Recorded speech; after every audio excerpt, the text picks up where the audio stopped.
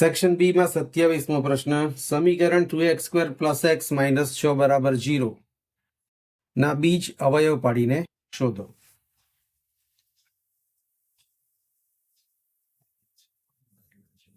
તો દ્વિઘાત સમીકરણ આપ્યું છે 2x² + x - 6 = 0. હવે આ દ્વિઘાત સમીકરણમાં પ્રથમ પદ x² નો સહગુણક 2 છે અને અચળ પદ -6. આ બંનેનો ગુણાકાર કરીએ તો આપણને 6 દુ 12 મળે. એનો મતલબ કે આપણે 12ના એવા ભાગ પાડવાના છે કે જેની બાદબાકી કરવાથી 1 મળે. બાદબાકી કેમ?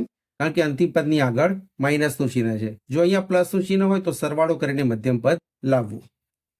હવે 12ના ભાગ પાડવા માટે આપણે અવયવ લઈએ 4 અને 3, જેનો ગુણાકાર 12 થશે અને બાદબાકી એની 1 મળે. હવે એને ચિહ્ન પણ આપવાના છે, તો મધ્યમ પદનું નિશાન મોટા પદને આપવું અને બાદબાકી હોય તો બંને નિશાન અલગ અલગ. આને પ્લસ આપ્યું તો આને માઇનસ આપવાનું છે. તો હવે આ મધ્યમ પદની જગ્યાએ એના 2 અવયવ મૂકી દઈએ.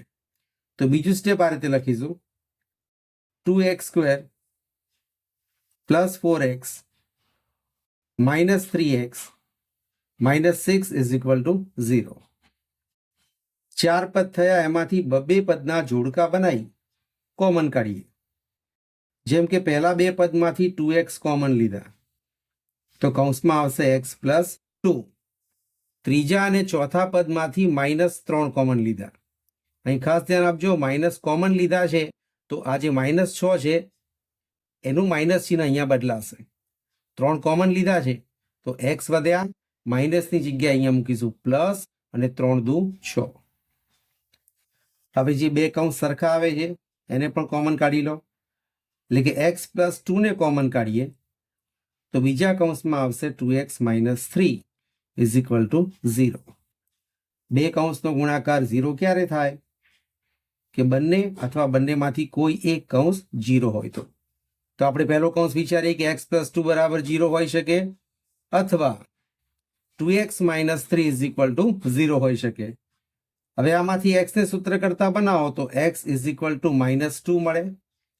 અને બીજા ઓપ્શન પ્રમાણે -3 ને પહેલા સાઈડ ચેન્જ આપો તો 2x = 3 અને x ને સૂત્ર કરતા બનાવીએ તો x = 3/2. તો આપેલ દ્વિઘાત સમીકરણના બીજ અથવા તો ઉકેલ, આપેલ દ્વિઘાત સમીકરણના બીજ -2 અને 3/4 છે.